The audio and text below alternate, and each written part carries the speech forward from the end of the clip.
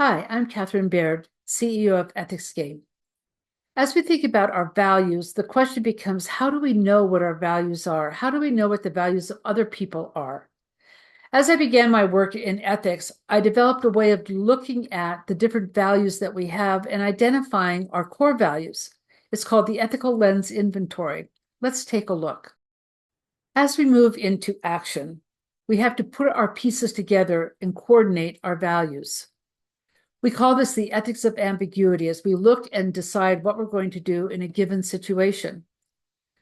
The first place that we begin is by knowing ourselves. What do we believe? How do we behave in a given situation? We then watch for patterns, habits of reaction that drive us in various situations. And finally, as we watch ourselves, we develop the courage to act from the best we know at the time that we're in it. We call this the ethics of ambiguity. Simone de Beauvoir said, we have no certainty how anybody's going to respond to us. We can be as thoughtful and careful as we can be, and people will misunderstand what we are saying and what we are doing. However, we cannot stop acting. The only way we know we're human is as we choose to act and as we choose to live and move in this world. As we get responses, we adjust our beliefs and our behaviors, and this shapes our path of ethical maturity and ethical growth. Each of us has core human needs. We have to figure out how to get material and social resources. How do we have enough money to live, to have a house, to buy food, groceries, heating, all of those things that are necessary in order to get to boundaries and baseline living. We all have to figure out what we know. We search for the truth. What is the state of the universe? What is the state of our world? How are people responding to us and to others? We have a need to be safe and protect our community. And we also have to belong to communities where we have others with whom we share our joys and our sorrows and our work. These core human needs help us define and understand how we respond to and live into our values. The Ethical Lens Inventory is 36 items that helps you decide which of those ethical perspectives, those four core needs, is the one that is the most important to you. As you go through and answer these questions, you will find out your behaviors that happen when you are making a decision and when you are working with others. Depending on where you land, you have one of 57 different explanations. As you read your explanations, take a look at whether you think they're accurate or not. Where do you see yourself reflected? Where do you not? As in any typologies, these are approximations based on how people generally respond if they answer the questions the way you did.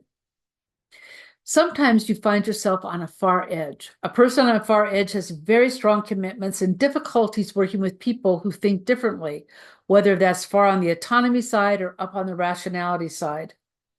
People who are in the middle can see all sides of a question. They often will have difficulty making decisions because everything makes sense to them. On the line, they balance between the lenses. They use the weaknesses and strengths of both of them as they make their decision. It's important to remember that the differences are important. None of those positions is right or wrong. All of them are just varieties that contribute to our understanding of how we are in community.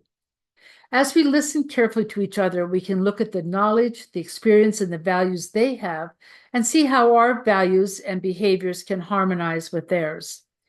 We can also notice how we're connected, how someone brings a perspective that is useful, and celebrate our interdependency. As we begin to harmonize those values, we move into what is known as a processive worldview. This was articulated very clearly by Alfred North Whitehead, and he said, all of us together determine our reality, whether it be a classroom, a business setting, a political setting, a community get-together. We determine, as we both act and give meaning to those actions, what is going on. We remember that every decision somebody makes changes ever so slightly the direction of our world.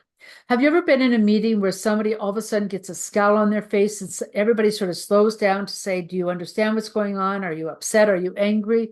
And they were going, I wasn't even thinking at all. I just was sort of lost in my own thoughts. Each one of those tiny decisions will change how we live and how we have our world together. Our value is connected to the value of others. We want to be seen as ethical. We want to be seen as people of integrity. We want to be seen as competent. And so as others reflect back to us their understanding of ourselves, and we reflect back to them the value of the whole, we see that these values are intertwined. So as we look at our need to acquire, we notice that people make choices that contribute to happiness and thriving.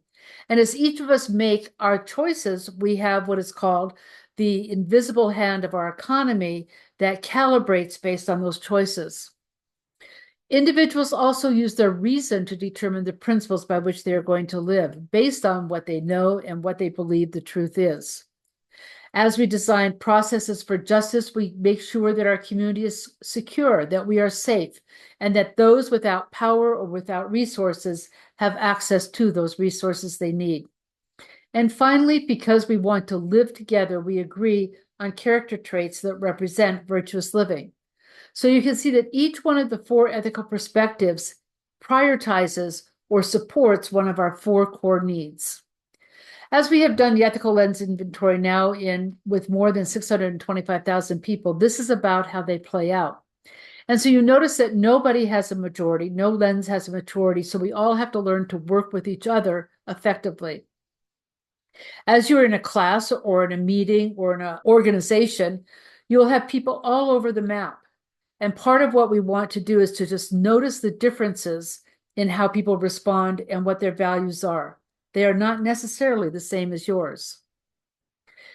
We then know that each lens prioritizes the core values differently. As we go into working together, if we know that people are going to look at the world differently, we aren't surprised when people give different reasons for acting or even suggest different behaviors.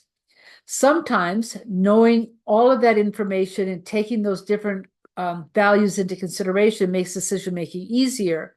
However, sometimes it's more challenging as it feels combative and like we are fussing with each other when we just want to move ahead and make a decision. As we learn what the different languages are of ethics, we notice that the words people use will help identify the lens and the value priorities. Fortunately, same behaviors can be justified using the values of different lenses. And so we focus in ethics on what behaviors do we agree we need to do, not necessarily do we agree on the values or do we agree on the reasons for acting. As we begin to think about ethical maturity, it's important to commit to growth, a growth that will last your entire lifetime. How do you want to live into your understanding of your best self? How do you want to understand reality? How do you determine the meaning of what happens to you in your life? And then how do you become an active participant in that life, in the decisions that you make in community and by yourself? One way of doing this with effectiveness is what's called an ethic of creativity. Brian Henning is a faculty member at Gonzaga University, and he said that a key to living within a processive worldview is being willing to change your ideas and opinions as you seek the truth. None of us know everything all the time, and we are often wrong. We also have to be willing to be with the tension that comes with different values, with different viewpoints, with different understandings of how to behave. As we learn to be with that tension, we can then get ideas and use our imagination to create the greatest opportunity for all to thrive. And that imagination will allow us to improvise, grow, and evolve as we conceive of unrealized possibilities. As you begin to think about how to live with all the values in mind, ask yourself, what do you really want? What is really important to you? As you're in a situation where there may be conflict or tension, what do you believe is going on? What do you believe about yourself, about the principles that are important, and about others? How do you use your power? So often, those of us with power are not mindful of the fact that we use our position, we use our authority, we use our knowledge in a way that intimidates others and keeps them from being the people they need to become. And then finally, am I being a good example? Am I living into the role that I believe I want to be? Am I being a good accountant, a good faculty member, a good CEO, a good team member? Am I being the best I can be? When we find we are not, we have three opportunities to take a look at why we are not being our best self. Our blind spots are places where we're not aware. We're just not thinking about our habitual way of being and how they might hurt other people or contribute to a difficult situation. The one to pay attention to that is the hardest, I think, are temptations. We're under stress. We have a deadline. We have a problem to solve. We've got people expecting us to do something. And so we cut a corner. We do something that is out of our integrity just to relieve the stress. Very often, as we do this, we find ourselves looking back at that situation and realizing that that was not our best moment. Very few of us actually choose to act unethically. Very few of us have vices that emerge because we are deliberately going against the values of our own selves or the community. As we begin to look at our blind spots and our temptations, these give us the places where we can grow in ethical maturity and develop courage. Some of the ways we look at moral failure is you've got people who are so driven by envy and greed, they will do anything to get ahead. On the other side of the coin, you have people who refuse to take care of themselves, expect everything to be given to them without working.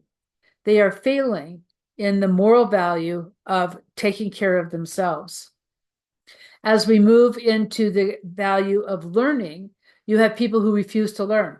I don't need to know this. I don't want to know the facts. I don't want to know what's really going on. I want my worldview to stay intact.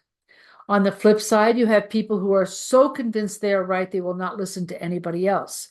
And they do not live into their moral obligation of learning the truth as a grounding for how they are to behave. As we move into the community side, you have people who are in positions of responsibility who tell you that the moral community doesn't matter. The lawyers aren't doing what they're supposed to do. The accountants are all crooked, that the courts aren't doing what they're supposed to do, that the in-house community that is supposed to live into making sure that ethics is first and foremost don't matter. We then think it's okay to be unethical. Another symptom, however, is people being dictatorial, my way or the highway. I'm not going to listen to anybody else. I'm not going to begin to think about alternate methods of accomplishing the same thing. And then finally, as we take a look at our moral obligation to bond, to be in community with each other, we have some people who are just loners and refuse to bond with any community and don't see themselves as part of any group. And on the other side, we have people who so over-identify with the tribe that they don't hold the tribe accountable. You'll notice that in each of these four, we have one that is overdeveloped and one that is underdeveloped. As we begin to think about how to identify moral failure and what to do about it, we have some strategies that we can use. As we think about individual accountability, we pay attention to ourselves about how the drives show up. And we notice and pay attention to whether, in fact, we are choosing behaviors that count as ethical. As we think about what we believe, we talk about what we do believe, what our core values and norms are, what behaviors we expect, and we share them with others to see where they agree or they don't agree. Moving into the community, we begin to think about how do we harmonize our values? How do we create policies that are going to make sense in our organization? And how do we figure out what practices we want to enforce as a community? And then finally, we become moral influencers. Who has the power to change the norms? How can we support ethical growth? These kinds of questions and being responsible for both ourselves and our communities allow us to create strong ethical communities. As we build a moral community, we have three things we can do. We can use our power of persuasion as we engage in conversation to determine appropriate behaviors. We can use our personal and organizational power to shape policies. And then finally, as we allocate resources, we can use money and personnel to support building a healthy culture. As you think about your identity, your values, and your choices, you create your ethical self. You create that self that you see and others see as being a role model and a moral influencer in our community. As you think about yourself as a moral influencer, as you think about yourself growing as an ethical decision maker, as a person in the community, pay attention to your needs, to what you believe, to how you fit into the community and create safety and then how you belong. And you'll be well on your way to living into your values with integrity and harmony. Thank you.